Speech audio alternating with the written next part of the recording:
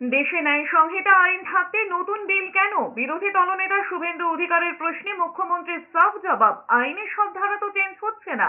অপরাজিতা বিলকে সমর্থন করে বিরোধী দলনেতা শুভেন্দু অধিকারী বলেছিলেন তিনি রেজাল্ট দেখতে চান। তারই জবাব দিতে গিয়ে মুখ্যমন্ত্রী মমতা বন্দ্যোপাধ্যায় শুভেন্দু অধিকারীকে বলেছেন এই বিলকে আগে আইনে পরিণত করুন, রাজ্যপালকে বলুন বিল সই করতে, তারপরেই দেখবেন রুলস হয়ে গিয়েছে। তিনি বলেছেন ধর্ষণের মতো নিকৃষ্ট, নৃশংস এবং ন্যক্কারজনক ঘটনার ক্ষেত্রে অত্যন্ত দ্রুত পুলিশি অনুসন্ধান এবং বিচার প্রক্রিয়া সম্পূর্ণ করায় দোষীদের কঠোর শাস্তি দেওয়ার কথা বলা হয়েছে এই বিলে। ন্যায় সংহিতার চেয়ে অপরাজিতা বিল কতটা আলাদা তাও ব্যাখ্যা করেছেন মুখ্যমন্ত্রী। জানিয়েছেন নতুন বিলে বর্ধিত শাস্তি, দ্রুত তদন্ত এবং দ্রুত ন্যায় বিচার। তিনি জানিয়েছেন ধর্ষণ, গণধর্ষণে 10 থেকে 20 বছরের সশ্রম কারাদণ্ড, বিশেষ ক্ষেত্রে যাবজ্জীবন, কিন্তু অপরাজিতা বিলে আমৃত্যু কারাদণ্ড, গুরুতর অপরাধের ক্ষেত্রে প্রাণদণ্ডের কথা বলা হয়েছে।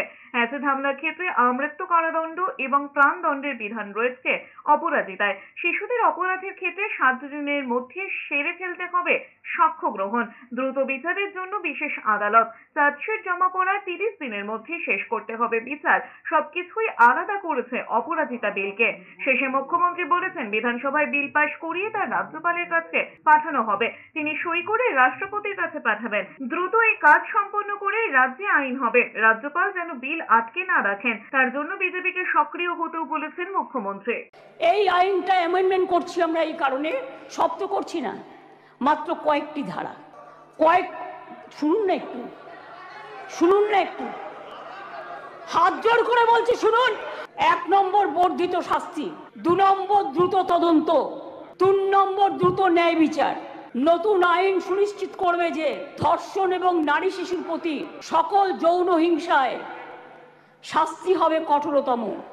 ভারতীয় ন্যায় সংহিতা এবং পস্কো আইনে এসব ক্ষেত্রে যে শাস্তির কথা বলা আছে তা আমাদের আইনে উল্লেখযোগ্যভাবে বৃদ্ধি করা হয়েছে।